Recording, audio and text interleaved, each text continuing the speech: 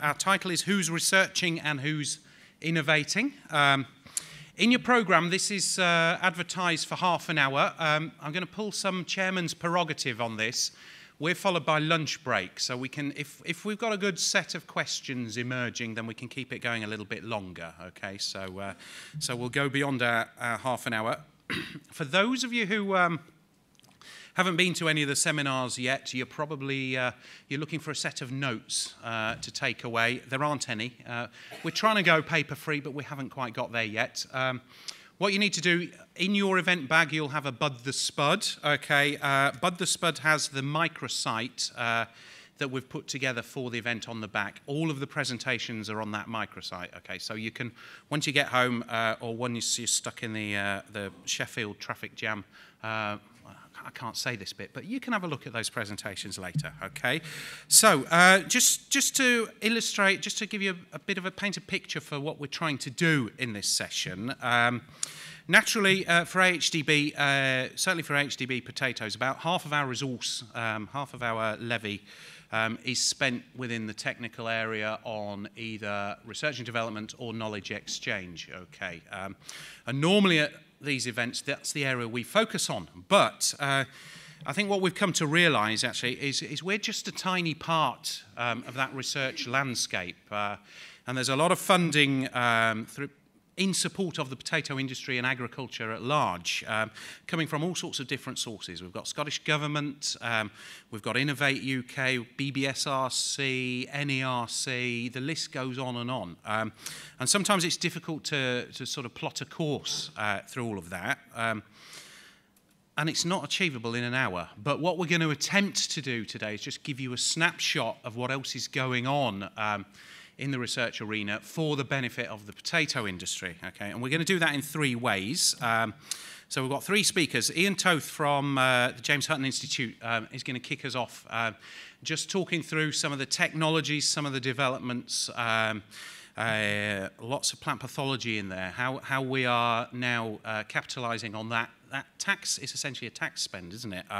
And how we're bringing that to bear on behalf of the potato industry. We'll then, Claire Lewis from Agri-EPI, so this is one of the four newly funded government centres for agricultural research, will talk us through how that mechanism is working and what that's starting to deliver on behalf of agriculture. And then to finish, we're going to invite Mark Taylor from IPL to share some of his experiences of pulling some of this right through in terms of bringing a business benefit both for the supply chain and for growers. Okay, so that's the concept. It'll be done at lightning speed, and we'll be quite superficial in some of the issues. But the idea is just to give you a flavour of what else is going on, where some of that funding sits, and how you as supply chain businesses or growers can get a little bit more involved. Okay, so that's the drill. And without further ado, then I'm going to invite Ian. Ian can kick us off with the James Hutton experience. Okay.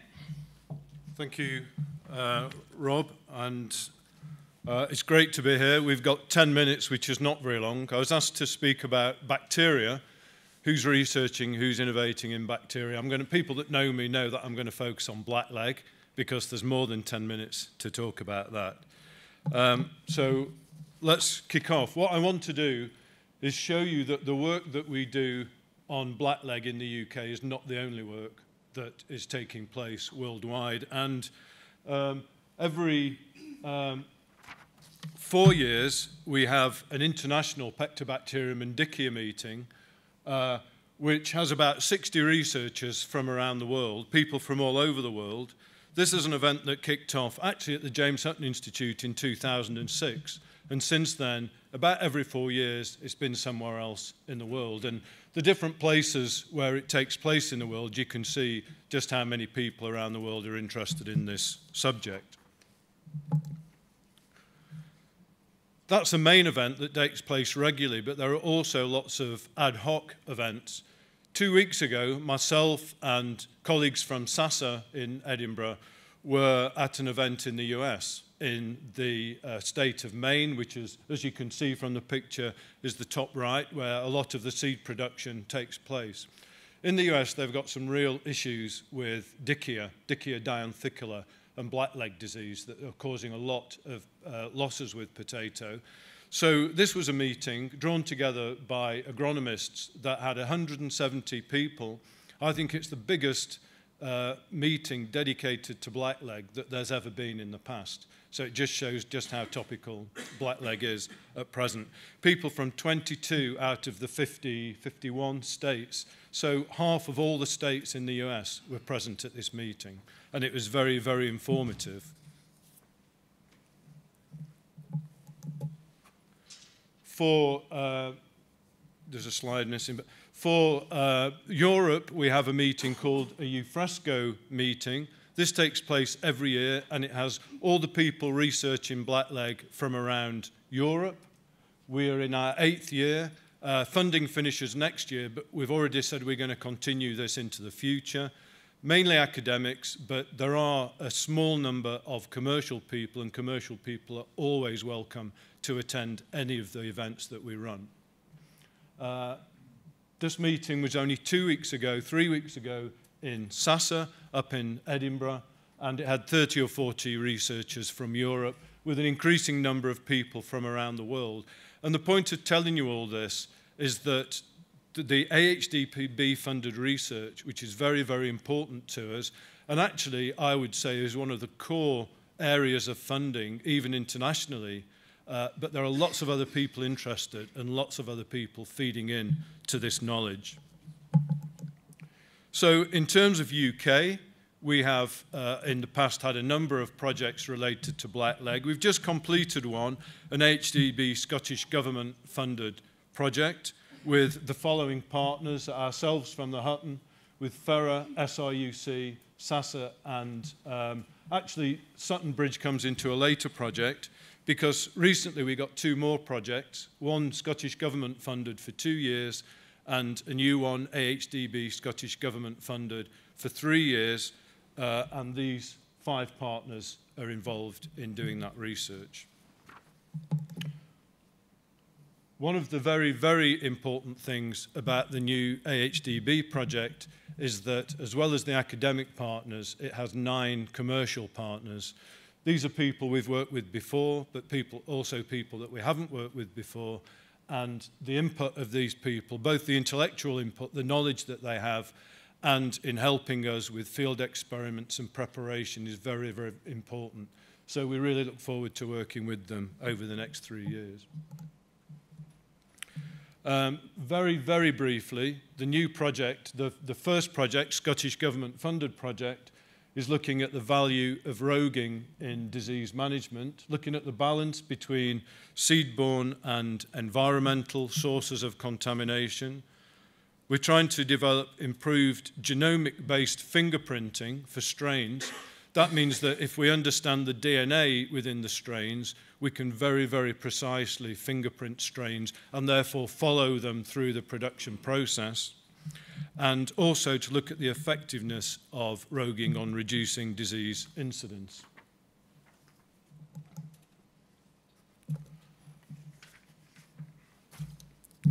The second project, I'm just going to get the hang of working this out just as I finish.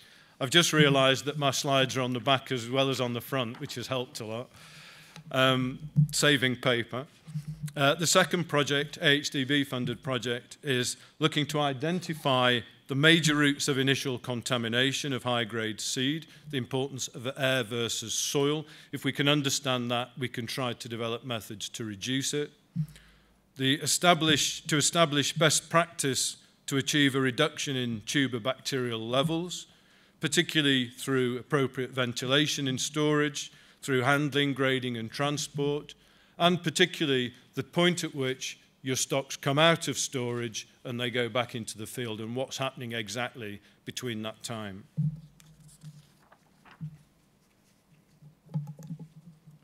Okay, so I was asked to say a few words about innovation. And actually, there are lots of new innovations coming in development, and I just want to give you an example of some of them. So first of all, the microbiome. The microbiome is the bacteria and other microorganisms that are present on our skin and in our intestines. And there are actually more bacterial cells in our body than human cells. They play a really, really important part in controlling many aspects of what happens, including suppressing pathogenic microorganisms. So one project that's happening at the moment in the Netherlands is to try to see whether the microbes on certain stocks might be acting as suppressors for Pectobacterium and therefore reducing the amount of disease that we see. So my colleague Jan van der Wolf in Wageningen in the Netherlands is taking a number of stocks with similar levels of Pectobacterium, planting them and looking for differences in blackleg, and where you get little blackleg, seeing if he can identify common organisms living on the surface of the tubers that in the future, I don't know if you can see that at the bottom, that they might actually try to isolate, test to see if these organisms do in fact suppress Pectobacterium in terms of causing disease, and then even develop a biocontrol agent from it. So a very interesting new innovation. Bacteriophages are viruses that infect bacteria specifically. They can be very general or they can be very specific. This top left is a schematic of a phage. The middle picture at the top is an actual microscopic image of a bacteriophage or phage. And on the right, you can see lots of these phages attaching to a bacteria. The DNA inserts inside the bacteria, it replicates, you get lots of new phage, and that bursts, and then they go on to infect other bacteria. It's a very, very effective way of killing if it can get to the organism. Actually, bacteriophages have been used for decades, and it started in the Second World War, where people used to use them to treat infections during battle. And in some East European countries, as you can see here, you can actually get medicines based on bacteriophage. What we're doing now is using a commercial product from a company called APS Biocontrol. It's used currently for packed potatoes to increase shelf life, and we're looking to see whether by spraying the tuber in the furrow or by spraying the canopy, we can first of all try to reduce the level of contamination of high-grade seed, and secondly, hopefully reduce blackleg in subsequent years. We're still doing this, work's ongoing, but we have some interesting results that suggest it's really worth carrying on and looking to see what we get. I talked about genomics. Genomics is a study of the DNA within the microorganisms, and at first look, it seems that this is quite a long way away from commercial production, but actually genomics offers huge potential, and one of the main potentials it has on a more commercial level is to allow us to very accurately identify the different Pectobacteria and Dickeya species that are causing problems. And if we can do that, we can really start to track them in different countries. And actually, I don't have a slide, but different countries throughout Europe have different issues with different Pectobacteria and Dickeya. If we know this, we can start to track the roots and try to understand just why that is. We can also look in detail at different strains so that we can say categorically that the strain we have on this high-grade seed, for example, is the one that came from the field next door. Because at the moment we don't have the resolution to do that. So offering some really fantastic tools and diagnostics, very accurate diagnostics. Precision agriculture, I think, so far has been underused for blackleg disease.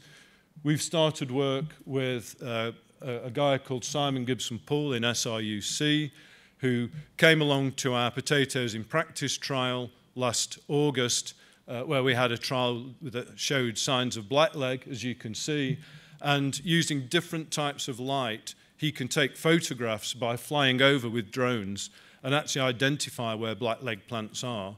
And more than that, you can turn it into a computer image, you can see in the middle, where within seconds you can identify the amount of non-emergence or the amount, sorry, or the amount of plants that are showing signs of blackleg disease.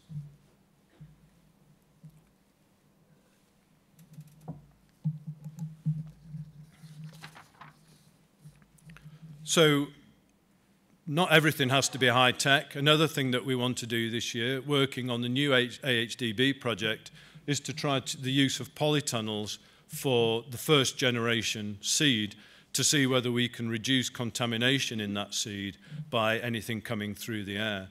If we can reduce contamination in the first generation, because you do get some underlying, not infection, but contamination in the developing progeny tubers, if we can reduce that even by a little, it could make a big difference in the second, third, fourth generation, etc. So we'd like to try that this summer, and of course we'll let you know the results. Modelling is something, again, we haven't really done before, but we've started in the last AHDB project just to touch on this. Most of the time, when we're studying blackleg, we might focus on a single field or a single farm or even a single incidence of blackleg, as you can see from my diagram. You get a prize if you know what map this is, which country this is, because it's obviously not England or Scotland. But you know, you've got a whole country worth of blackleg.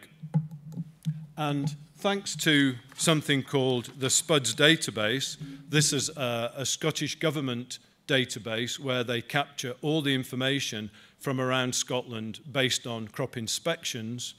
It gives us a very good idea of where blackleg's occurring across the whole nation, and we can overlay that with weather, with seed movement, and with a variety of other things.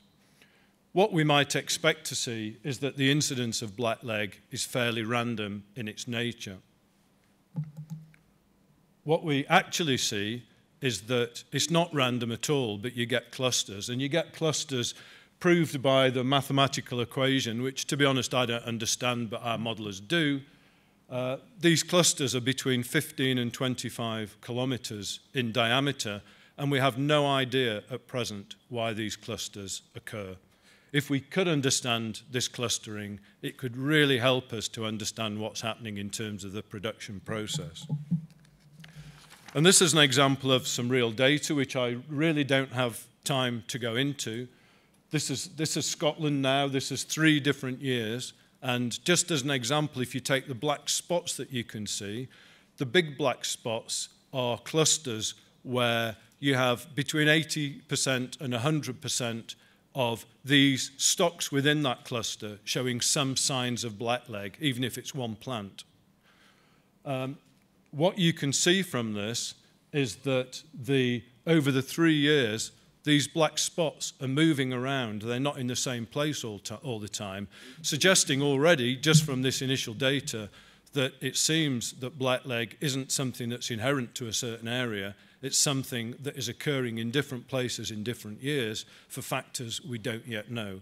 And if we understand why that is, then it might go some way to helping us to understand why we get this clustering and why we get blackleg in different years. And it's something that we'd like to do a lot more work on. Breeding for resistance is something that actually has been very, very difficult in the past. People have tried, but without a lot of success for 2 reasons. Firstly, unlike something like late blight, you don't get a clear resistance gene that you can segregate in breeding populations. That makes it very difficult to do breeding for blackleg. The other problem is that if you cross 2 parents and you get 200 progeny that you have to test to see whether they're susceptible or resistant to blackleg, at present you have to do huge amounts of stem stabbing and screening, to the point where if you were to look at 200 clones in a population, which is not an unreasonable number, it would take about 4,000 potted plants to test, which is actually ridiculous and almost impossible. So some people have developed new methods. There's a petiole test. The petiole's the stalk of the leaf, or stem cuttings, and these have worked to some extent, but they're still not right. So actually a new innovation that we desperately need to think about is how we can test on a large scale for resistance to blackleg to really help the breeders, and it's something we'd like to do in the near future. So finally, all right, IPM at the Hutton, Integrated Pest Management at the Hutton. We have lots of different people at the James Hutton Institute working on trying to reduce disease in lots of different ways. And integrated pest management is how you bring all those methods together. Actually, for blackleg, we already have some very, very good methods for integrated pest management, storage, certification, etc. But we're looking to see how we can take new methods and add it to our IPM toolbox. And for that reason, we're developing a number of what we're calling toolboxes for IPM for different crops, and we're also developing this IPM toolbox for blackleg. So finally, I would just like to thank the academic partners involved in this work. And really, I'm stood here, but really, the people mentioned here are all very, very much involved in this work. Not only that, but all the academics, agronomists, and commercial people that we meet around the world are all feeding into our knowledge that one day, hopefully, we'll be able to solve the blackleg issue. It would be remiss of me not to thank Scottish Government and AHDB, because without the funding that we get from them, we really wouldn't be as far, and I really do think we're moving forward. So, thank you.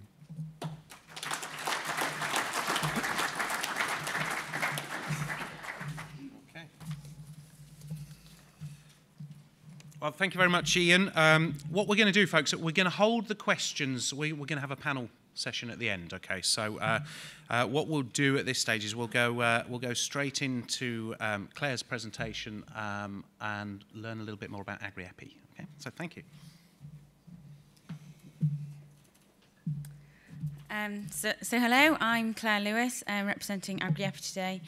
And I currently head up their Cranfield facility, and we can learn a little bit more about what that does in a few minutes' time. But fundamentally, I think the messages we want to leave with you today are things around stimulating ideas for technological innovation to provide better and more enhanced precision farming to the potato sector, be it immediate needs, so challenges that you face that you feel you need a solution for.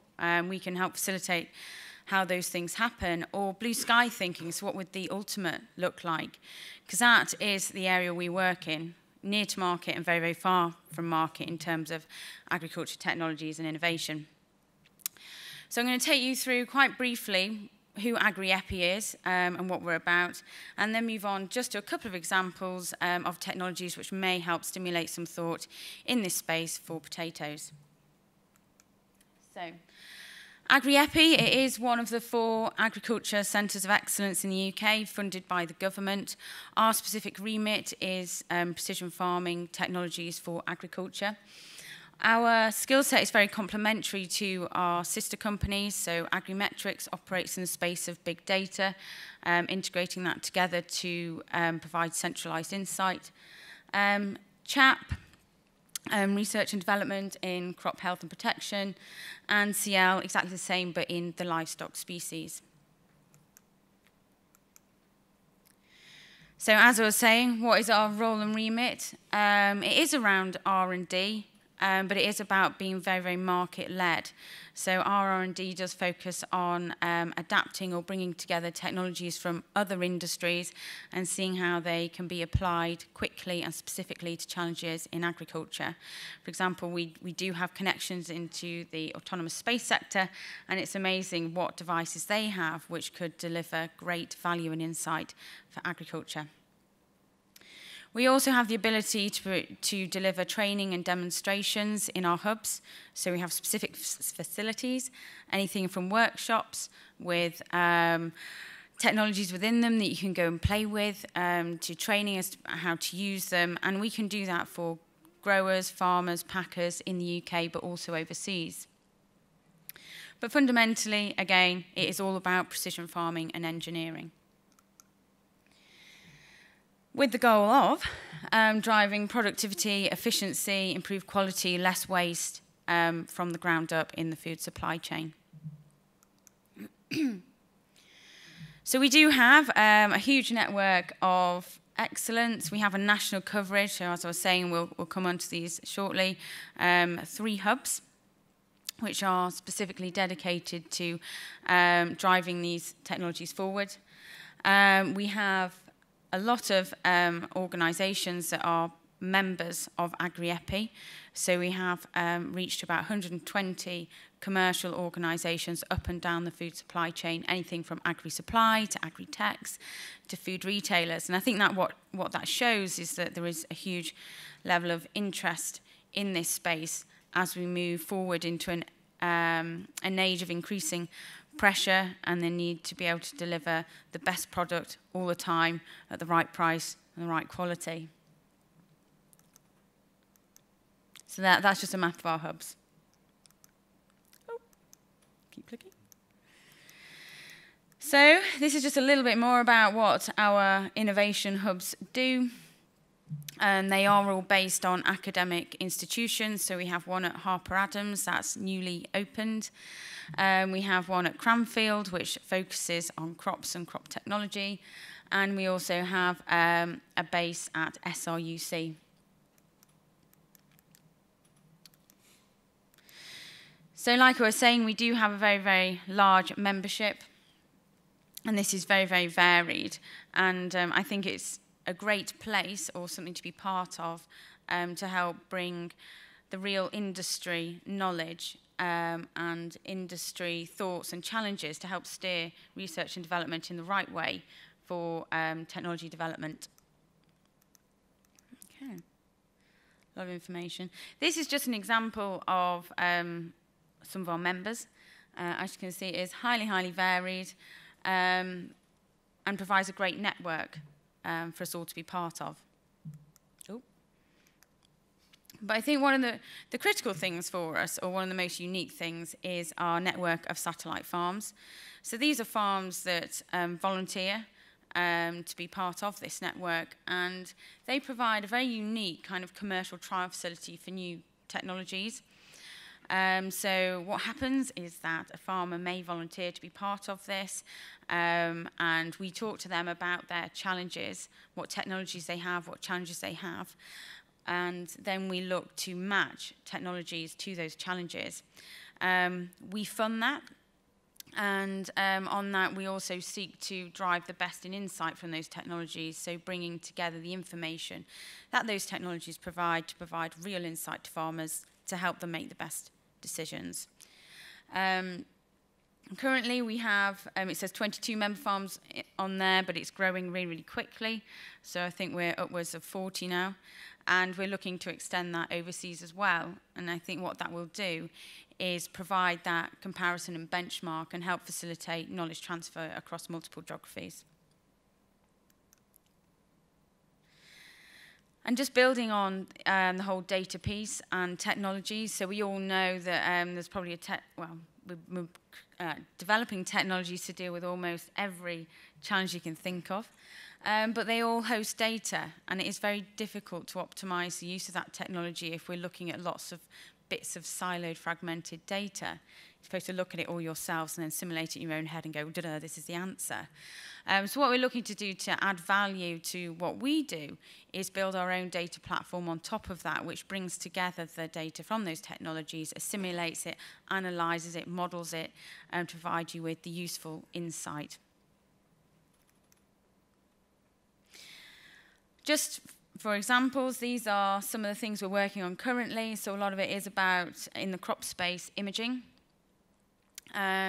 So some of our partners, for example, AgSpace, and then the base at Cranfield, we do a lot on this, digitizing soil maps, then using soil maps and layering it with lots of different information, creating the calibrations to help inform precision farming and the range within fields to, again, help that targeted application of agrochemicals, treatments, tillage, etc.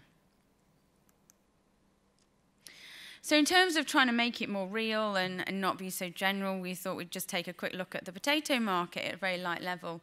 So significant contributor in terms of the volume of potatoes produced. It is indeed the great British potato.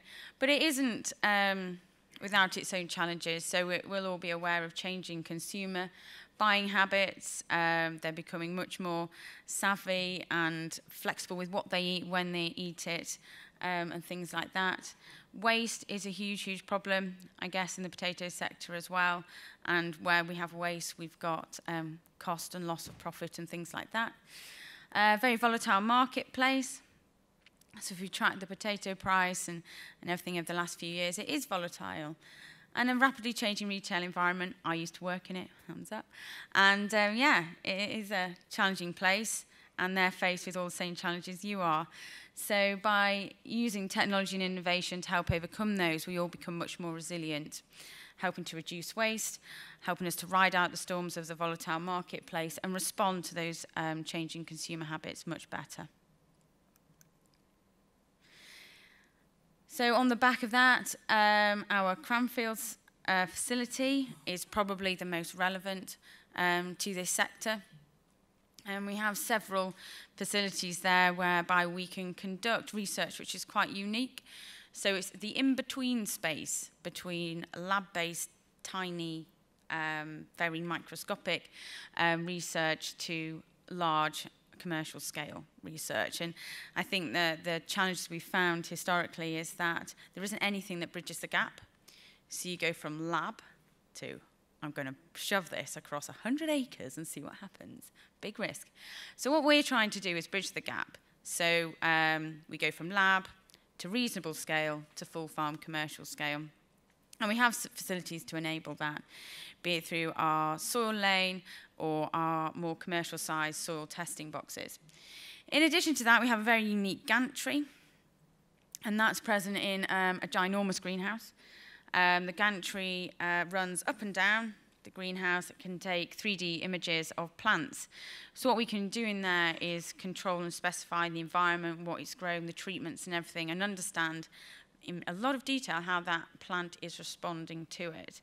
And what that can inform is what variety do I grow where, under what conditions, with what applications of very specific applications of water, agrochemicals, things like that, to get the best yield, the best quality, all those sorts of things.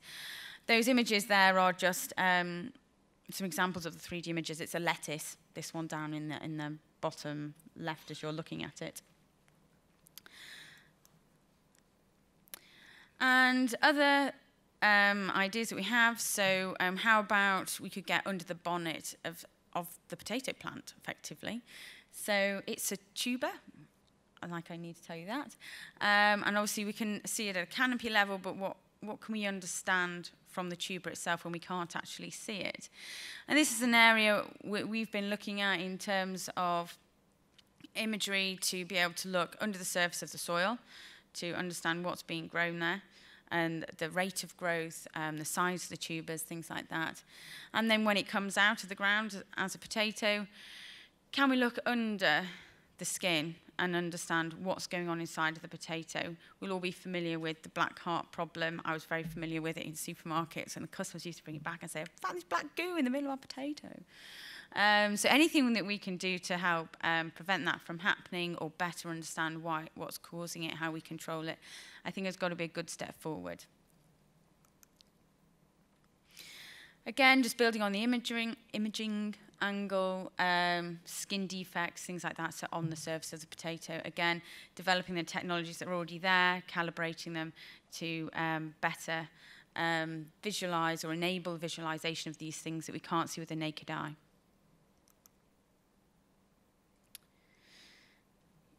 Yeah, so that's our 3D laser, very unique. So essentially, that's it from me in a nutshell. Hopefully it's inspired you a little bit. We do have a stand on the KTN area to the right as you go through the doors if you wanted to pick up any further information or discuss any ideas you have. Thank you.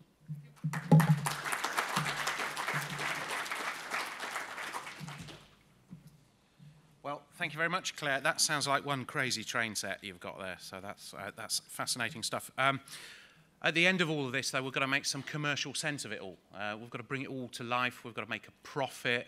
We've got to build resilient businesses. So I'm going to invite Mark up now. Just a reminder of a phrase that Claire used. waste, cost, and loss of profit. So, Mark, it's over to you. Thank you, Rob. Good afternoon, everybody. Mark Taylor, so I'm Business Unit Director at IPL. So we manage ASDA's end-to-end supply chain for potatoes. I live in a very practical and commercial world. So you've heard quite a lot of the science that sits behind it. We need to turn a little bit of that into what we do day to day, particularly on the farm. So for me, I'll bring up my next bit. This is a journey, but this is, for all of us, it's a journey of continuous improvement. It's something that I work hard on within my own business from the point of view of our practices, our processes, the constant challenge of we can do better. And I think that is it's an iterative process. Are we ever at the end of that journey? I doubt it. So we just need to work at that. So, inputs.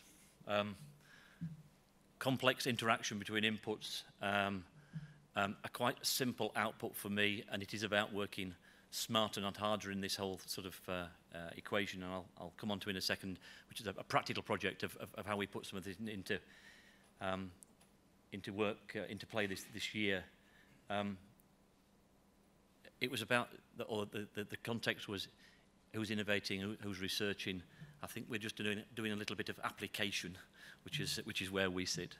Because again, I think it's the finished product. So I sit in a retail world. I know exactly where I need to be on that. So again, I'm looking for practical solutions, simple solutions. What can we do differently year on year? So I'll bring you to the project we did this year. My first encouragement is collaboration. So you'll see a number of partners there on the slide. Agrimetrics, Kissan Hub, NIAB, and RAP, with ourselves as ASDA. But it's about bringing those elements of the supply chain together, thinking about how we can collaborate, thinking about how we can use some of the emerging technology and science into applying it into our business.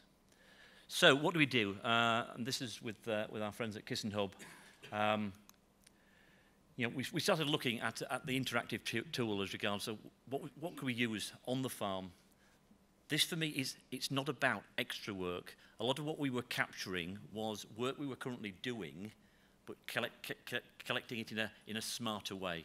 So it's not additional. I think some of the first reactions when we started talking to some of our grower base about this was, it's just more work. It's not, it's just different work. So designed to add value to data frequently collected in commercial crops. Really important bit for me is added value. We've all got to see some value out of this. So when we're thinking about this, when we're using a new application, yes, is it changing what we do? But is it adding pound notes to the bottom line? We're all commercial people, and we grow commercial crops. Provides a forecast tool on greater yield to maximise crop and drive performance measurement and improvement. I use a simple adage in my business, which is if you don't measure it, you don't improve on it. So measuring it accurately. Be careful what you measure. We can be an industry that just gets lots and lots of data. We can drown in data. So again, I think being careful with what we do is really important. And it's hosted on the digital platform at NIAB. So again, using the web now to transfer, because a lot of this is about communication. So I talked about collaborative partners. A lot of what we need to do is transfer of information up and down the supply chain. And that's really important because at times we can ask our grower base to collect data. We've got to make sure that we keep pushing it back down to them as well from the point of view of what we learned from that and what are we going to do differently. So practical application. You've virtually all got a smartphone in your pocket. So we carry that around with us. It becomes a vital part of what we do. This is capturing ground cover as a practical way. So this is where we started with the project, which was starting to measure and then look at how we started communicating that information down the supply chain. So the crop management tool, so the whole yield forecasting, a part of this project was to look at if we could forecast better, if we could plan better, was there an opportunity for us to reduce some waste? Waste comes in many forms. We looked at it from the point of view of a more effective use of resource, and that includes people as well. So from the forecasting point of view, following the crop through, but great data capture, and I'll come on to some of our learnings in a few minutes because we didn't get all of this right, and I think I'll be quite honest about that. So we're still learning on some of that. But the tool's there, and we applied this with quite a number of our growers. So what did we learn? And this was really quite an interesting journey. The quality of the data. So it's not about quantity. Timing is everything. So if you miss an opportunity, that's what you've done. You've missed it. You can't get that time back. So again, having a discipline to this, capturing it in the right way, and then communicating it. Behaviours. So we're asking the supply chain to start to work in a different way, smarter, not harder. I'll say not duplicating, and again that is really key to this. It is not a duplication exercise. So, but it is a mindset change. You have to start to approach things in a different way, and I think that will be one of my messages from the session, which is great science, yes, but we've got to make it practical. And I always like to think about any of our sessions that we run with our grower base, which is what have you learnt today that you'll take home, do differently, and have a positive impact on your farm? And that's the world I live in. The technology can still improve. So we started with a few teething problems. Those were overcome. There were a few frustrations. Did some of the technology work fast enough? Not in all cases. But it was identified, and our partners were quickly on that to make some corrective action there. Local knowledge and application, essential. These crops are yours. They're in your location, specifically in your instance on your farm. So again, not trying to make one model fit all. So again, I think as we evolve the process, evolve how this system works, we might need to make some tweaks that are specific to certain environments or certain locations. It is not a replacement. So it supports decision making. It doesn't stop you, well, it encourages you to go and look at your crop in the right way. You know, many of you will be doing yield digs, crop assessments, capturing that data. We were just trying to make this a smarter way to do it. And it is a good predictive tool, because when we started looking at our waste one, we said, so what is it telling us now today? And what's it going to tell us? What's the future? What's the picture looking like going ahead? And we started to use that then to think about. So I know at my end of the process, we've got a lot of work to do with giving more accurate forecasts as regards what's our demand for next year. Because everything cascades from that as regards what we need to grow. But this started to help us in that. So it's an informed decision process.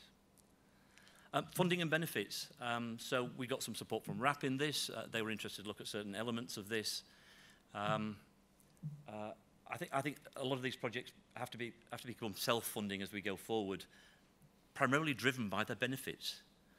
I live in a cash world. Retail world is very immediate, and I am very much then looking at the benefits, quite short term in the first instance. Getting some early wins on this, getting some believers who sort of said, well, yes, I think this can make a difference, and we can take it forward from that. Because again, peer to peer, some of that knowledge sharing really valuable. And integration. So I think some of this comes along with the collaboration, but again, it's part of a I think a toolbox from the point of view of we use this as elements of a learning process. So looking to the future and what next. So the first year was really interesting. We've not quite got all the data's there. We've not done the evaluation. We've still got to do a little bit of work in the next month or so to understand what that tells us. But looking forward now and what next, using this, automatic canopy monitoring now, using satellites. So again, technology to be able to take some of that workload. And some trigger points. So from the point of view of seeing where you are in the season, and then key decision-making times, letting the technology support that decision process. And I like this one, financial modelers. So from the point of view of pound notes, we've got to be able to turn this then into some different activity. So what are we going to do differently with the knowledge? This looks at optimizing side grades now from the point of view of, so we're getting closer to predicting what's that crop going to do. We start very early season, so crop canopy, it's a small plant when we start. That crop growth curve then takes us through the season, and we're projecting where we are. Early results from this are very encouraging from the point of view of the accuracy of capturing the information well in the first instance, followed through to give us some good predictions for end of season. And tying it in, so blight forecasting is just an example there, which is then tying it in with the other operations, our irrigation, our chemical control process throughout the season. But having data to your hand, having it on your mobile, it's there. It's not about capturing the data, taking it into your office, downloading it, manually inputting it. We've got to get away from that. That is not a practical way for us to run our businesses going forward. So I think that is my slide session. But for me, I think the word to me, collaboration. So think about who can you work with in the industry that in a practical way will make a difference to your farm. Thank you.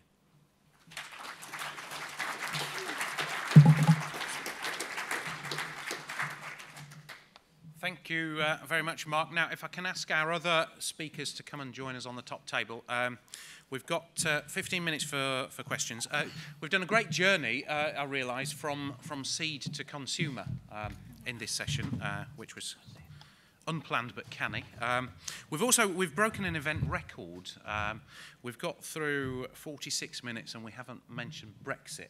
Okay, so there's a clue as to the first question. Right, we should have a roving mic somewhere. Yes, we do at the back. So we can take questions. What I would ask, though, is you just tell us who you are, where you're from, and that'll just help us with answering those questions. I think you've got 3 really great experiences, research and how it's being applied here. So please use that over the next 15 minutes. But I've got the fixed mic, so I can ask the first question.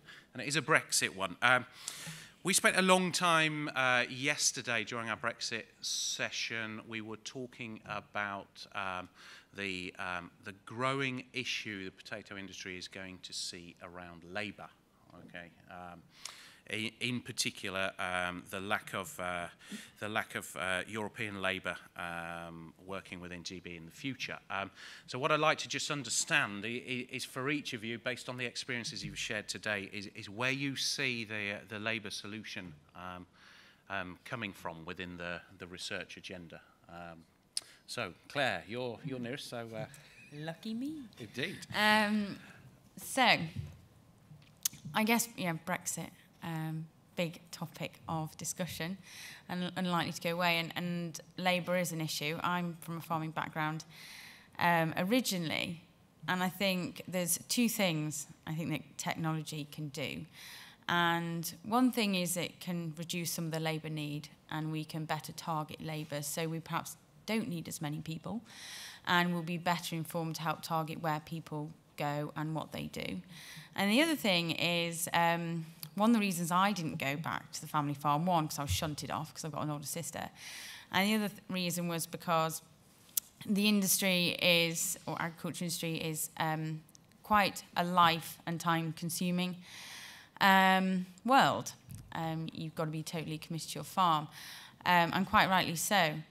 But by bringing technology to the table, I think it might actually attract more new young entrants into the sector as well, out of our own agriculture colleges and institutions, so they can come and apply everything that they've learnt, use technology to provide them with that kind of work-life balance that lots of their peers have, they perhaps don't have. So for me, it's twofold. I don't think it's unmanageable. I think there is a challenge, but I think there are ways and means of moving forward with it. Okay, thank you. Ian, are we going to see robotic roguing? I've got no idea, maybe one day.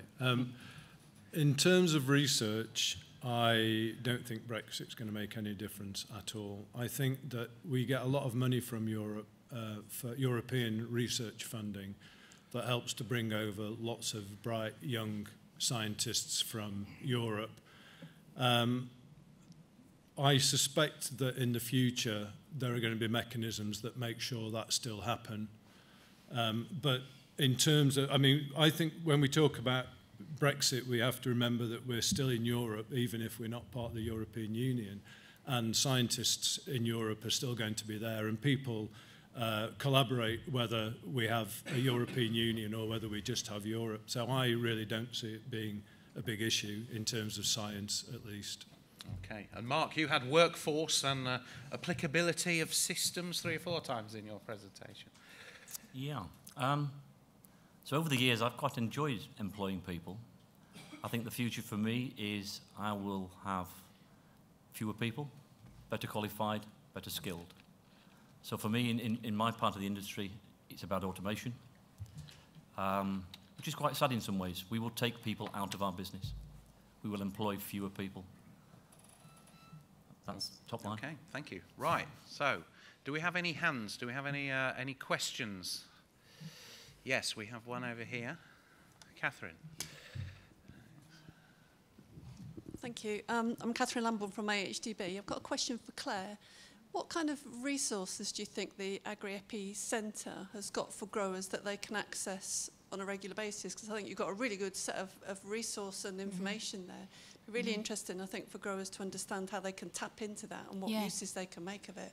Yeah, absolutely. So Agri-EPI is quite open door, and we're industry-led. So it's really important that you feel that you can actually just come and talk to us via any of our hubs or just directly.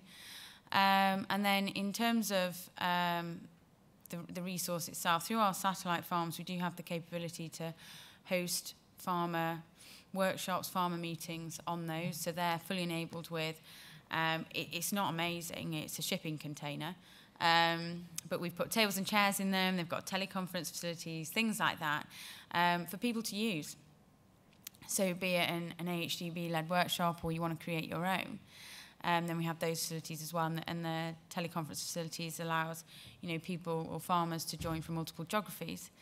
In terms of the hubs themselves, then we are looking to host more events whereby we're bringing together members of the supply chain with technology providers, with ourselves, to help facilitate the ideas and bringing some of those to fruition. And as well, and alongside that, there's also the ability to use those facilities for your own end, again, in terms of if you want to come and learn more about technology as an individual, or be connected with people. So it's quite diverse and it's very, very flexible. I think if you're interested, then it's probably just worth talking to us, and we can work out which way is the best way for you, really. Okay, thank you. Do we have any more questions? God, you're a jolly lot. Lunch. Oh yes, we have Adrian. Yes. God, I'll ask this, Rob, to keep you going. Well Adrian Barraclough, AHDB. Across the 3 talks, really, Chancellor's speech yesterday, UK setting up a think tank to lead in the area of artificial intelligence, research and innovation. Any views on how AI sits in with smart decision making? It's here. You'll be driving away in it soon. Right.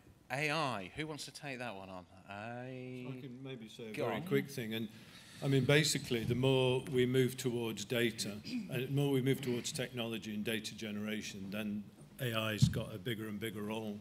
I think in terms of some of the work that we do around disease management, we're still a bit of a way off.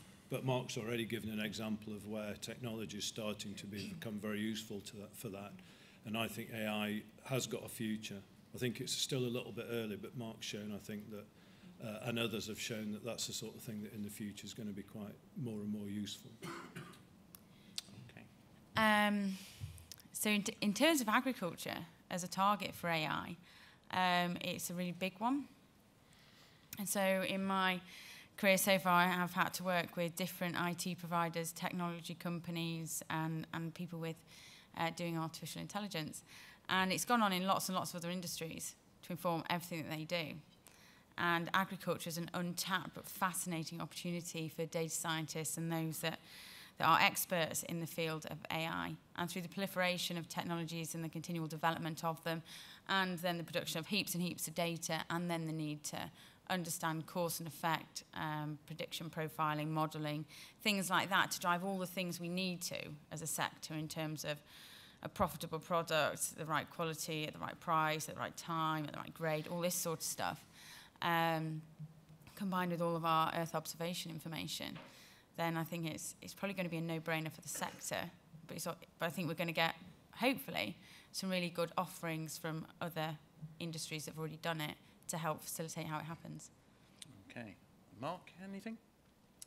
I'm repeating myself from earlier on, really. So I think some of it, for me, has to come then as a practical application. So from the point of view of understanding what it can do for us, I think as an industry, if we can get some early wins, so we can, if we're not careful, we can do an awful lot of talking. I quite like doing. So it's about getting some of that maybe early learning, applying that, and I think using that as a springboard then to sort of go forward. Yeah, thanks. I think just from experience in other sectors and industries, I think it is here now and the opportunity to lead. And I'd suggest the government's thinking about the industrial strategy. Sure.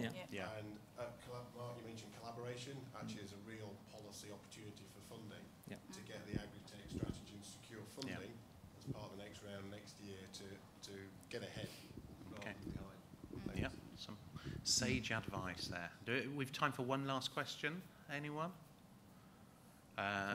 There's some fella at the back. Mike. Mike Story, AHDB. We've talked about collaboration and partnership, but in the presentations that we've heard about Kissan Hub, we've heard about Agri-EPI developing a digital platform, we've seen NIAB Digital coming up there, and AHDB have got a digital platforms. So 4 separate digital platforms being talked about there. Where are the opportunities? Because I'm sure there's competition between those businesses. Where are the opportunities to exploit linkages and learnings between those different systems that are being put in place? Okay, so 1 mega platform. Right, that's the challenge. Claire, that's another one for you. Nice political controversial question there. No, I think you're absolutely right. And I think we've got to find our way. So it's quite a new world, this whole big data stuff for agriculture, but it is the future. And I think there are lots of siloed developments going on, all seeking to do the same thing. But like you say, there is going to be competition. We've got to find where each other sits. But fundamentally, we all have to deliver value back to the farm in the most productive, helpful, efficient way. So I think there's conversations to be had probably, and a clear review of what we're doing and how we're doing it. Agri-EPI, it's a non-for-profit organisation, so it is in a position to be able to help and definitely work and collaborate with other partners on this to avoid creating confusion and all the rest of it. Okay, thank you very much. We're back into Mark's circle of improvement, and we're part way around that wheel. Okay, I'm going to close things down now at this point. I will just make one recommendation. Some of you will be on that partner list, or some of the partnership lists you've seen already. If you're not, you might be missing out on something. And it also, sometimes getting involved in research can be a bit frightening. What I was intrigued with was having spent some time down in the Trade and Innovation Zone at the end of this hall, is even for the smallest project, there's a grant, there's some funding under the productivity scheme that government have launched at the moment. So what I would recommend is, after you've had your lunch, do spend some time at that end of the building. Just work out what's going on and how you can get involved. In terms of innovation, I'm sure one day very soon we will have come up with a digital solution to collecting your feedback. For now we haven't. There's a piece of paper on your chair, and it is important that we understand what you think of these sessions, so do spend a bit of time filling that one in. Look out for this guy, he's got all your presentations, and finally let's have a big round of applause for our 3 speakers.